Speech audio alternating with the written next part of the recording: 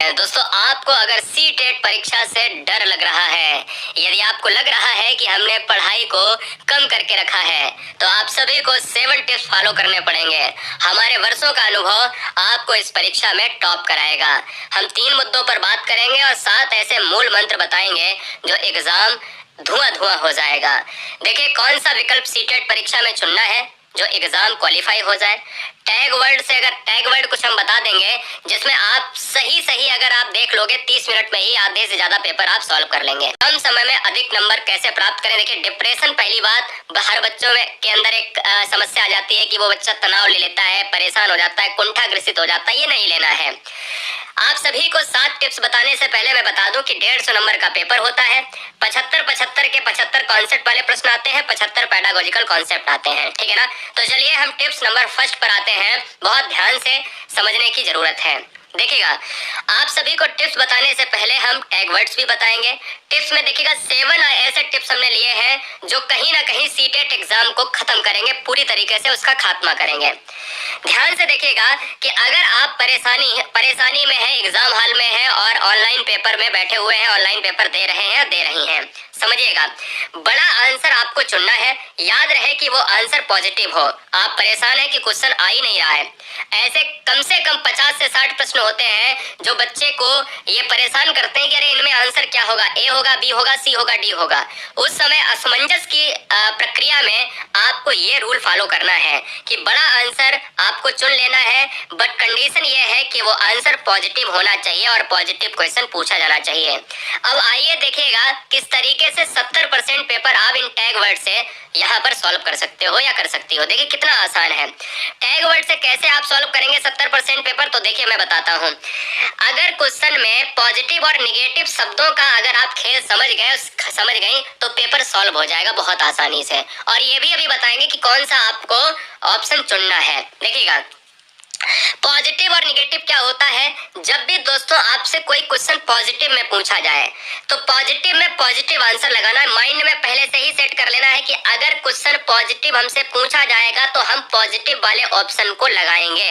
और पॉजिटिव हम वर्ड बता दे रहे हैं कि कौन से ज्यादातर पूछे जाते हैं। अगर क्वेश्चन में पूछा जाए निगेटिव, जैसे इनमें से कौन सा विकल्प नहीं हो सकता है, बच्चे को पढ़ाने के लिए कौन सी प्रक्रिया नहीं अपनानी चाहिए, तो निगेटिव के लिए नहीं वाले शब्दों में नकारात्मक प्रश्नों के लिए नकारात्मक विकल्प आपको चुनना है।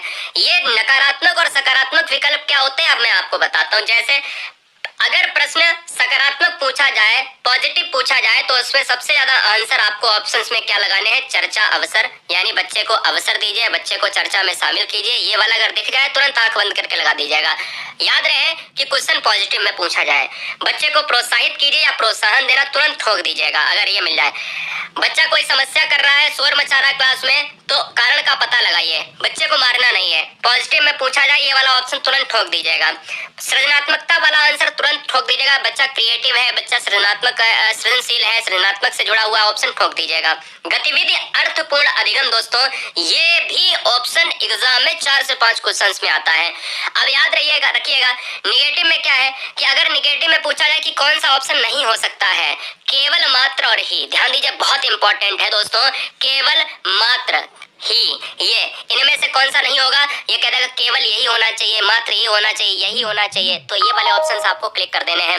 हतोत्साहित बच्चे को नहीं करना चाहिए, इसलिए नहीं वाले में ये लगा देना। कठोर सजा, रटना, व्याकरण, ये निगेटिव होते हैं। चलिए एक तरफ निगेटिव लिख लो, एक तरफ पॉजिटिव लिख लो और ये पढ़ डालिएगा 2-3-4 बार। 70% तो क्वेश्चन पेपर ऐसे ही सॉल्व हो जाएगा। अभी तो 7 टिप्स हैं, अभी तो दूसरे टिप्स पर आप हैं। जिज्ञासा, देखिए प्रश्न अगर सकारात्मक पूछा जाए तो तुरंत जिज्ञासा है ना, जिज्ञासा वाला आप ठोक दीजिएगा। तुरंत जिज्ञासा जो है, बच्चा कैसा होता है, बच्चा जिज्ञासु होता है। बच्चे से अगर संबंधित कोई क्वेश्चन आए तो जिज्ञासा से जुड़ा ऑप्शन लगा दीजिएगा। अगर क्वेश्चन में बाल केंद्रित दिख जाए तो तुरंत लगा दीजिए आंख बंद करके। अगर प्रश्न पॉजिटिव है, सकारात्मक है, अगर उसमें नहीं आया है तुरंत आप बाल केंद्रित लगा दीजिएगा। हस्तपरक गतिविधि, बच्चे को हस्तपरक गतिविधि पर आधारित शामिल कीजिएगा उसको। त्रुटियां अधिगम का हिस्सा होती, कहा नहीं जाता कि अगर बच्चा जो है बार बार गलती कर रहा है तो बताइए क्या करेंगे। अरे भाई, त्रुटियां एक अधिगम का हिस्सा होती हैं, ये वाला ऑप्शन चुन लेना, कोई दिक्कत नहीं है। करके सीखना, ऐसे 7 से 8 क्वेश्चन मिलेंगे, पर्यावरण पे भी मिलेंगे, हिंदी में भी मिलेंगे आपको और बाल विकास में भी मिलेंगे। निगेटिव वाले साइड में लिख रहे होगे शिक्षक केंद्रित। देखिए, बाल केंद्रित आपका पॉजिटिव है और शिक्षक केंद्रित आपका निगेटिव है। क्या नहीं करना चाहिए? तो बच्चे को कंठस्थ नहीं कराना चाहिए। क्या नहीं करना चाहिए? बच्चे को दंड देना, सजा देना नहीं है। क्या कैसे नहीं पढ़ाना चाहिए? पुस्तक को ही नहीं पढ़ाना चाहिए, बच्चे को बाहरी वातावरण से भी जोड़ना चाहिए, हतोत्साहित नहीं करना चाहिए। ठीक है, याद रखिएगा।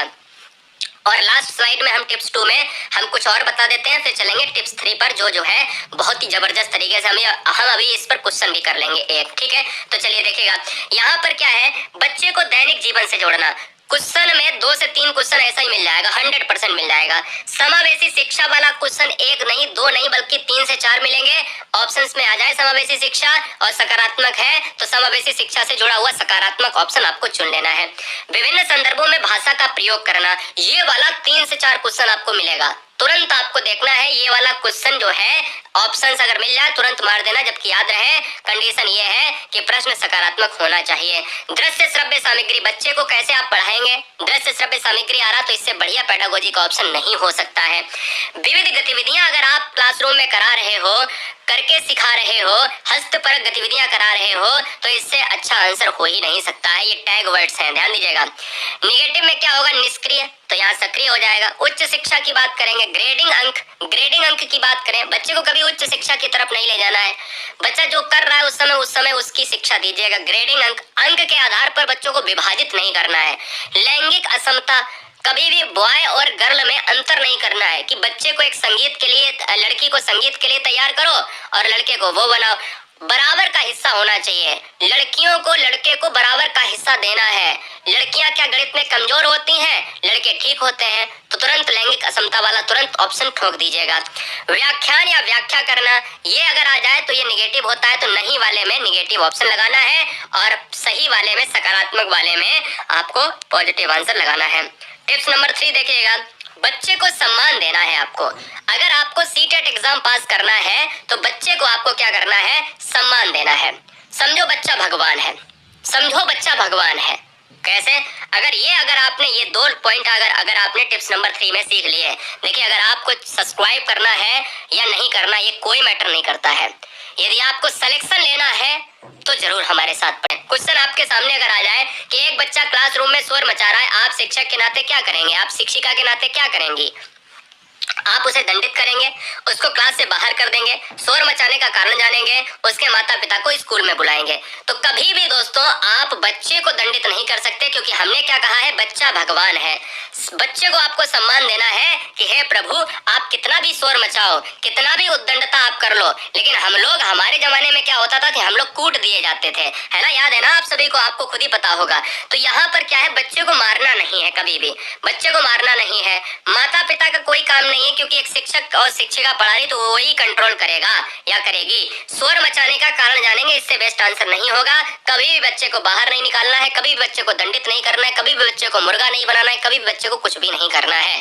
ठीक है ना? चलिए टिप्स नंबर 4 पर आइएगा कि आसान प्रश्न के लिए ध्यान दीजिएगा। आसान प्रश्न के लिए सबसे अधिक समय एवं कठिन प्रश्न के लिए सबसे बड़े विकल्प का चयन करें।